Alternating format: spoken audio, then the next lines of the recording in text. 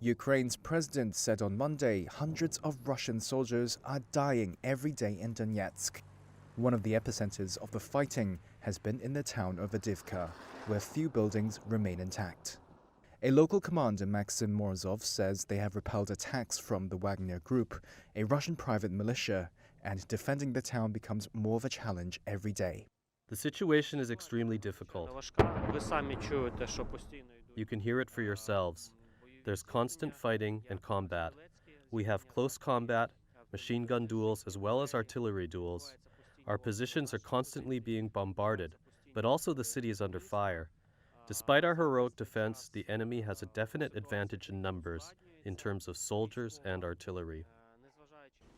For civilians who remain in Avdiivka, life is difficult. Explosions in the distance and a ticking clock are sounds that accompany 71-year-old Valentina every day in her underground shelter.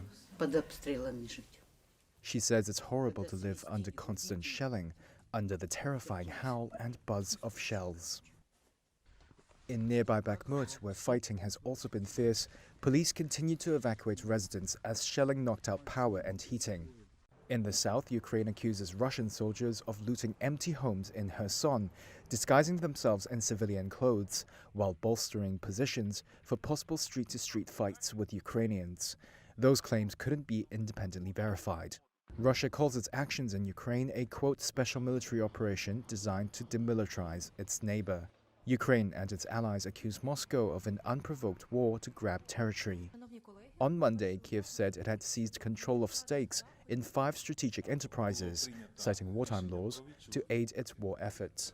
Those firms include a top engine maker, energy firms, producers for vehicles, and electricity grid parts.